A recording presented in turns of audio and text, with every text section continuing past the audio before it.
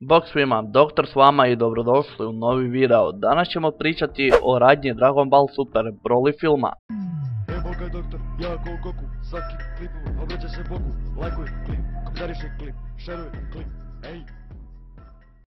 Da ljudi, dobro ste me čuli, izašla je pisana radnja priče kako će se film razvijati. Moram napomenuti da radnja ne otkriva završetak filma kako će pobijediti Brolyja, nego samo prva dva dijela filma, jer se film sastoji od 3 dijela, uvod, zaplet i rasplet. E pa mi smo dobili uvod i zaplet, stoga ako ne želite da vam spojlam film možete kliknuti i maknuti se sa videa, a ako ste ipak ostali znajte da ne piše nigdje kako će ga pobijediti. Odluka je na vama, a ja ću polako krenuti čitati radnju filma. Sliku sam uzeo sa stranice Dragon Ball ekskluziva. Prije 41 godinu kralj Vegeta je imao dijete koje će postati poznat kao sajanski princ Vegeta, koji je bio ponosan imati vještine ratnika dostojnog najjačih. U isto vrijeme kraljev lojalni vojskovođa Paragus je imao dijete, Brolyja. Ovdje nam govori da su zapravo Broly i Vegeta istih godina, a ne kao u prvom filmu kada je Goku i Broly bili istih godina, to jest isto godište, koji je imao veći potencijal od princa. Ljubomorni kralj Vegeta je poslao malog Brolyja na daleki tamni planet unutar sajanske kapsule. To je onaj dio koji sam predvidio da će ga poslati na Bumpu, gdje sam Paragus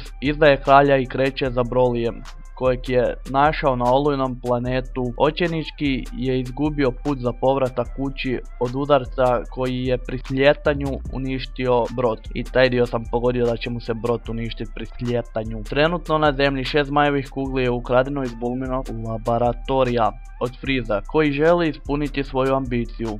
Nisam se baš nadao da će Frieza ići na zemlju da krade zmajeve kugle od Bulme i to iz njenog laboratorija, to je malo neočekivano. U međuvremenu Friezini plaćenici Lemo i Chilla pronađu Paragusa i Brolyja na samom rubu galaksije i odvedu ih Friezi koji želi ojačati svoju vojsku sa jačim ratnicima. Iznenađen Brolyjevom snagom Frieza kreće na ledeni kontinent gdje se 7. zmajeva kugla nalazi. Sad je jasno zašto je Bulma tražila zmajevu kuglu na ledenom kontinentu i zašto je bila prikazana u prvom traileru. Goku i Vegeta žure na ledeni kontinent da vrate izgubljene zmajeve kugle. Moraju se opet suočiti sa svojim vječnim neprijateljem Friezom i njima malo poznatim Brolyjem. Njihova smrtonosna bitka je počela, ali suočeni sa prejakim Brolyjem koji uči dok se bori, Goku i Vegeta su prisiljeni se braniti. Dakle ljudi, to je sve što piše. Ono što mogu reći nakon ovoga je da će film biti jako zanimljiv, jer je sve nekako profesionalnije odrađeno. Prebacivat će se između prošlosti i sadašnjosti,